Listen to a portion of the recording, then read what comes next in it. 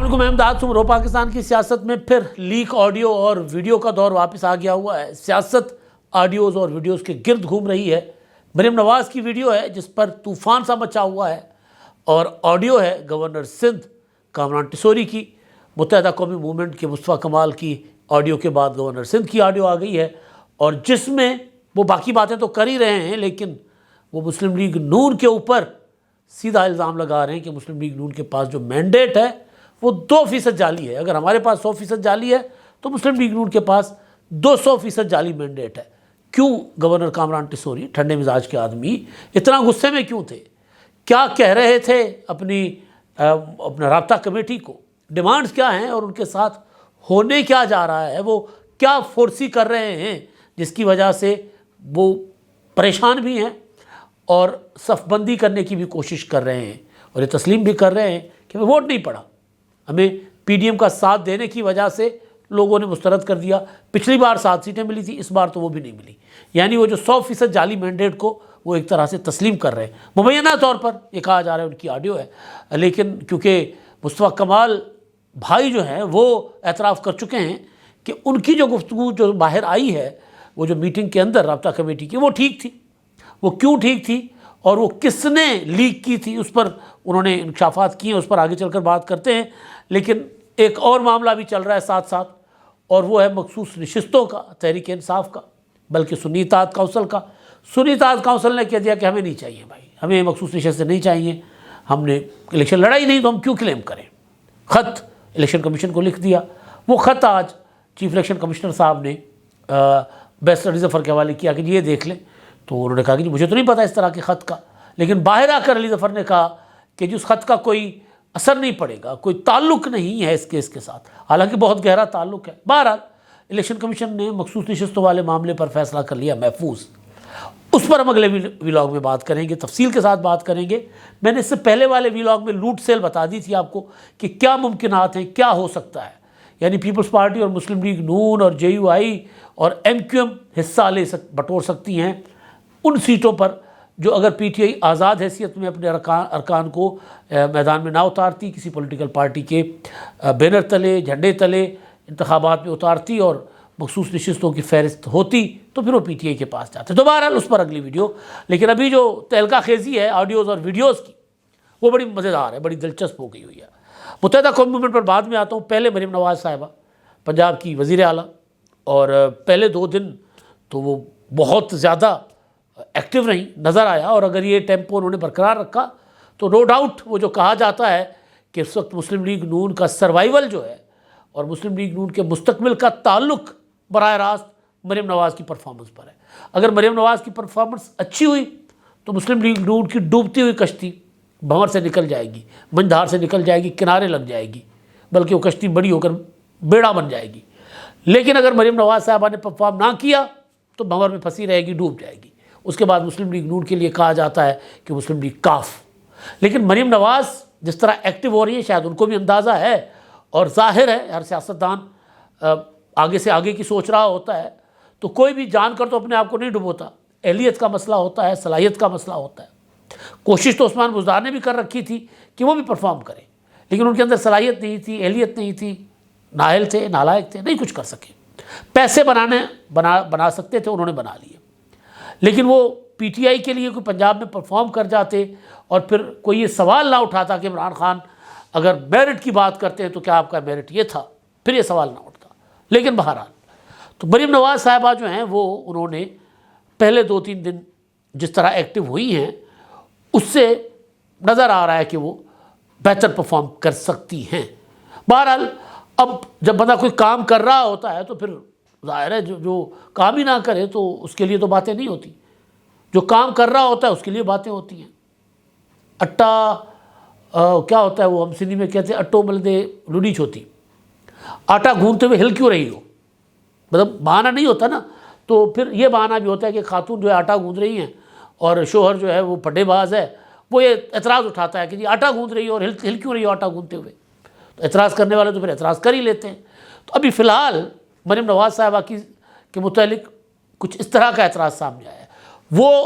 اعتراض ٹھیک تھا جو انہوں نے ہاتھ جھٹکا تھا، اس کا کیا نام ہے ان خاتون کا، پی ٹی آئی چھوڑ کر جو آئی ہیں، عظمیٰ کاردار صاحبہ MPA مسلم لیگ نون کی، انہوں نے مبارکباد دینے کے لیے جب گلے ملنے کی کوشش کی تو مریم نواز صاحبہ نے ان کا ہاتھ جھٹک دیا۔ بعد میں عظمیٰ کاردار نے کہا میں کھانا کھا رہی تھی، وہ میرے ہاتھ گھی والے تھے، میں وہ پوری کھا رہی تھی تو ہاتھ اس وجہ سے مریم نواز نے میرا ہاتھ پیچھے کیا کہ میرے کپڑوں کو گھی لگ جائے گا، گندے ہو جائیں گے کپڑے۔ ہو سکتا ہے لیکن بہرحال اس پر کہ وہ ایک اچھا وہ نہیں گیا تھا، اس پر ایک تاثر، برا تاثر گیا تھا کہ ایک لیڈر کو اس طرح اپنے MPA کا ہاتھ نہیں جھٹکنا چاہیے تھا۔ لیکن اب دوسری جو ویڈیو ہے جس پر اعتراض کیا جا رہا ہے، حیران کن حد تک، یعنی ایویں ہی اعتراض وہ کر رہے ہیں کہ یہ خاتون کو زبردستی پردہ کروا رہی ہے، یا ایک خاتون پولیس اہلکار کو زبردستی دوپٹہ اپنا پہنا رہی ہیں مریم نواز۔ یہ اعتراض وہ کر رہے ہیں جن کے لیڈر وکٹم بلیمنگ کرتے تھے، زیادتی کا شکار ہونے والی بچیوں کے لباس ناپا کرتے تھے کہ اگر بچیاں یہ لباس پہنیں گی تو مرد پھر روبوٹ نہیں ہیں۔ وہ ان کے فالوور جب اس قسم کی انتہائی احمقانہ بلکہ جاہلانہ گفتگو کو جو پروٹیکٹ کرتے تھے، جس سے وہ خوبیاں نکالتے تھے،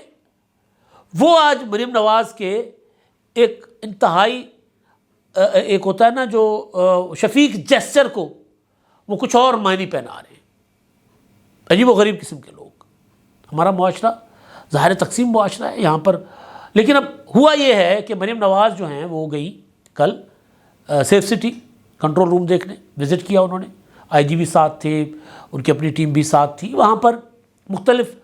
جو ڈپارٹمنٹس تھے ان کا وزٹ کر رہی تھی۔ تو ایک اپنا پولیس اہلکار جو ہے، خاتون لڑکی، ان کے سامنے کھڑے ہو کر، ان کے پاس کھڑے ہو کر، ان کے سر پہ کھڑے ہو کر ان سے پوچھ رہی تھی کہ آپ کیا کر رہی ہو؟ تو وہ بتا رہی تھی میں یہ کرتی ہوں، میں یہ کرتی ہوں، میں یہ کرتی ہوں۔ تو انہوں نے دوپٹہ اوڑھا ہوا تھا، وہ جو ہلکی سی بکل لگا کے یوں نہیں اوڑھتے، تو وہ یوں گردن سے اپنا یوں کر کے اور لپیٹ کر جو دوپٹہ اوڑھا ہوتا ہے، تو وہ بات کرتے ہوئے اور مریم نواز کی طرف دیکھ کر بات کرتے ہوئے ان کا دوپٹہ سرک گیا، سر سے نیچے گر گیا، یوں کاندھوں پر آ گیا۔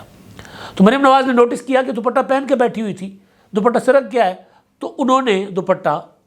اس کے سر پر واپس رکھ دیا۔ تو اب اس پر اچھا یہ ویڈیو لیک نہیں ہوئی، یہ ویڈیو آئی ہے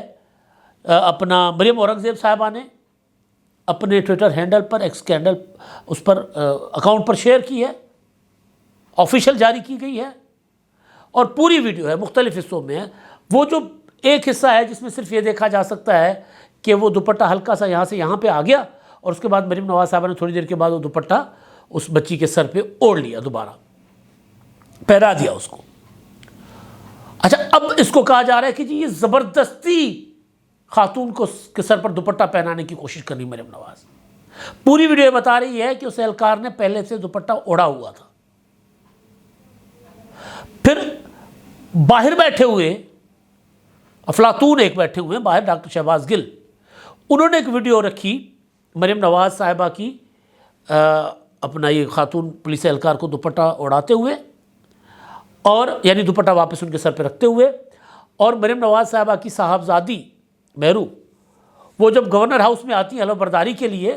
تو مریم نواز رک جاتی ہیں، پوچھتی ہیں کہ کدھر ہے مہرو، تو پیچھے کھڑے ہو کے غالباً وہ ان کے داماد ہیں مریم نواز صاحبہ کے، وہ نوجوان، وہ پھر آواز لگاتے ہیں، وہ پھر آتی ہیں مریم نواز صاحبہ کی بیٹی صاحبزادی، اور انہوں نے دوپٹہ نہیں اوڑھا ہوا، بال کھولے ہوئے ہیں جس طرح ہماری بچیاں کرتی ہیں، ایک تقریب میں ہیں وہ، اور وہ ظاہر اپنی والدہ کی وزیر اعلیٰ بننے کی خوشی میں وہ پراپر سج سنور کر آئی تھی، بچی ٹھیک ہے، اس میں کیا برا ہے؟ وہ تقابل کر رہے ہیں، موازنہ کر رہے ہیں جناب افلاطون وہاں بیٹھے ہوئے کہ جی ایک پولیس والی کو تو زبردستی دوپٹہ پہنایا جا رہا ہے اور اپنی بیٹی کو نہیں پہنایا۔ بھائی آپ ذرا اپنے لیڈر کی طرف جھانکیں۔ ایک تو ہماری سوسائٹی میں نا جن کو خاتون کے آگے آنے پر جو آگ لگتی ہے نا، ان کو تو آگ لگی ہوئی ہے۔ پولیٹیکلی ہم تنقید کریں گے مریم نواز صاحبہ کی، جو وہ کام کریں گی اس پر بالکل ہوگی، لیکن خاتون سمجھ کر جو نشانہ بناتے ہیں نا، جو محترمہ بینظیر بھٹو بھی بناتے تھے، جو فاطمہ جناح کو بھی بناتے تھے، جو بیگم نصرت بھٹو صاحبہ کو بھی بناتے تھے، جو بیگم کلثوم نواز صاحبہ کو بھی بناتے تھے، جو آج ہماری خواتین جو معاشرے میں ہیں، چاہے وہ شرمین عبید چنائے ہے، چاہے وہ اپنا ملالہ یوسفزئی ہے، چاہے وہ آصفہ بھٹو ہے، جو بھی بچیاں ہماری یا خواتین میدان عمل میں ہیں جو مقابلہ کر رہی ہیں، جو بتا رہی ہیں کہ نہیں ہم خواتین برابر ہیں، آسمہ جہانگیر، ان کے اوپر ہمیشہ اس طرح کے لوگوں نے تبرے ہی کیے، فضول قسم کے، وہی آٹا گوندتے ہوئے ہل کیوں رہی ہو والے، خاتون کو کمزور سمجھ کر۔ بھائی پہلے پوری ویڈیو دیکھ لو اور پھر اٹھاؤ اپنے لیڈر کے وہ فرمودات جس میں ایک چھوٹی بچی کا ریپ ہوتا ہے اور وہ کہتا ہے کہ عورتیں اگر اپنا اس طرح کے کپڑے پہنیں گی تو پھر مرد روبوٹ نہیں ہوتا، وکٹم بلیمنگ۔ پھر 24 گھنٹے بیٹھ کر پردے پر لیکچر دیتے تھے وہ۔ تو وہ آپ ذرا سائڈ پہ رہیں اس معاملے سے، زیادہ بہتر ہے کہ آپ کے لیڈر نے اس معاشرے کو جتنا اپنا تنگ نظر کیا ہے نا اتنا کسی نے نہیں کیا۔ ایک تو یہ واقعہ کہ مریم نواز ایکٹیو ہیں اور ہماری خواہش ہے، ہماری تمنا ہے کہ وہ کامیاب ہوں۔ مریم نواز کی کامیابی کا مطلب یہ ہے بے نظیر بھٹو شہید کی کامیابی کی طرح کہ سوسائٹی کے اندر عورتیں جو یہاں ہیں نا وہ یہاں آ جائیں گی۔ مطلب میں نے کئی ایسی عورتوں کو سنا ہے کہ جی بے نظیر بھٹو کے وزیر اعظم بننے سے آپ کو کیا فائدہ ہوا؟ تو انہوں نے کہا اس سے پہلے باس جو ہے نا ہمیں ہیرس بھی کرتے تھے، دبانے کی کوشش بھی کرتے تھے، کمزور سمجھنے کی کوشش کرتے تھے۔ جب بے نظیر وزیر اعظم بنی نا تو وہ باس جو مرد باس تھے نا وہ ذرا دبک گئے کہ اب خاتون حکمران ہے، فرق پڑتا ہے بہت زیادہ۔ گھر کے اندر اگر ماں بااختیار ہے نا تو پھر انصاف ہوتا ہے بہت زیادہ۔ ہاں بہت سے لبرل روشن خیال پروگریسو والدین مطلب مرد ایسے ہیں، ظاہر ہے نواز شریف مرد ہی ہے نا، بھٹو شہید مرد ہی تھے نا جو بے نظیر بھٹو کو آگے لے کر آئے، اور ان جیسے لاکھوں ہیں، کمی ان کی بھی نہیں ہے جو اپنی بچیوں کو معاشرے میں برابر مقام دلانا چاہتے ہیں، لیکن کمی ان کی بھی نہیں ہے جو ہر وقت عورتوں کو نیچا دکھانے کی کوشش کرتے ہیں۔ تو اس ویڈیو میں ایسا کچھ نہیں ہے، ایک بہت شفیقانہ جیسچر ہے، ایک وزیر اعلیٰ اپنے صوبے کی ایک پولیس اہلکار کے ساتھ کھڑے ہو کر ان سے بریفنگ لے رہی ہیں اور احساس تحفظ دلا رہی ہیں کہ میں ہوں۔ یہ بہت اچھا جیسچر ہے، اس پر تنقید کرنے والے کرتے رہیں، یہ پازیٹیو جیسچر ہے۔ بھائی اس بچی نے خود اپنی مرضی سے دوپٹہ اوڑھ رکھا ہوا تھا۔ ہاں اگر مریم نواز گھر سے دوپٹہ لے آتی اور کہتی کہ بیٹا یہ دوپٹہ پہنو، اس طرح ضیاء کیا کرتے تھے کہ پی ٹی وی پر دوپٹے کے بغیر جو ہے وہ نیوز کاسٹر نہیں بیٹھیں گی، تو مہتاب اکمل راشدی نے کہا کہ میں تو بیٹھوں گی، اور بیٹھتی تھی وہ۔ تو یہ جو ہے نا یہ اب یہ نہیں چلے گا، اس طرح کی یہ دو نمبریاں، یہ الگ الگ ویڈیوز کو الگ الگ جوڑنا نہیں چلے گا یہ۔ اچھا اب دوسری چیز کہ ایک وقت تھا متحدہ قومی موومنٹ والے ڈکٹیٹ کرتے تھے پورے ملک کو، ایک وقت ہے کہ بند کمروں میں بیٹھ کر